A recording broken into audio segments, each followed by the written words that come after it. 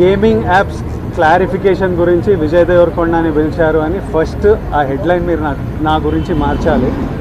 ఎందుకంటే betting apps investigation తప్పకుండా నడుస్తుంది, కానీ మనని పిలిచింది వాళ్ళకు కూడా తెలియదు మన పేరు ఎందుకు వచ్చిందో.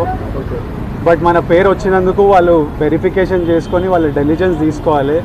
మనం చేసింది గేమింగ్ యాప్స్కి ఎండోర్స్మెంట్. గేమింగ్ యాప్కి బెట్టింగ్ యాప్కి అసలు సంబంధమే లేదు. గేమింగ్ యాప్స్ అనేటివి completely legal, recognised by the government, licensed as a business. వాళ్ళకి జిఎస్టీలు, టీడీఎస్లు, కంపెనీలు, it's fully registered, recognised by supreme court and various state governments. అది గేమింగ్ యాప్. అటువంటిది A23.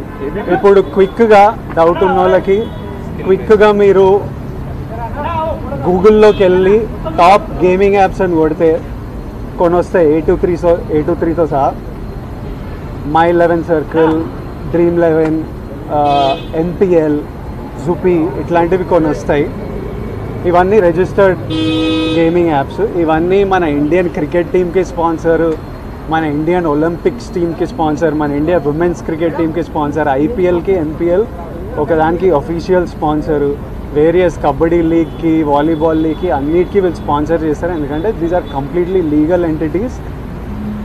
ఇండియన్ ఒలింపిక్స్ టీమ్కి స్పాన్సర్ చేయాలంటే లీగల్ ఉండాలా వద్దా? సో ఫస్ట్ ఆఫ్ ఆల్ ఈ గేమింగ్ యాప్స్ని, ఈ ఇల్లీగల్ బెట్టింగ్ యాప్స్ని మీరు సపరేట్ చేయాలి. అది జర్నలిస్ట్గా మీ రెస్పాన్సిబిలిటీ.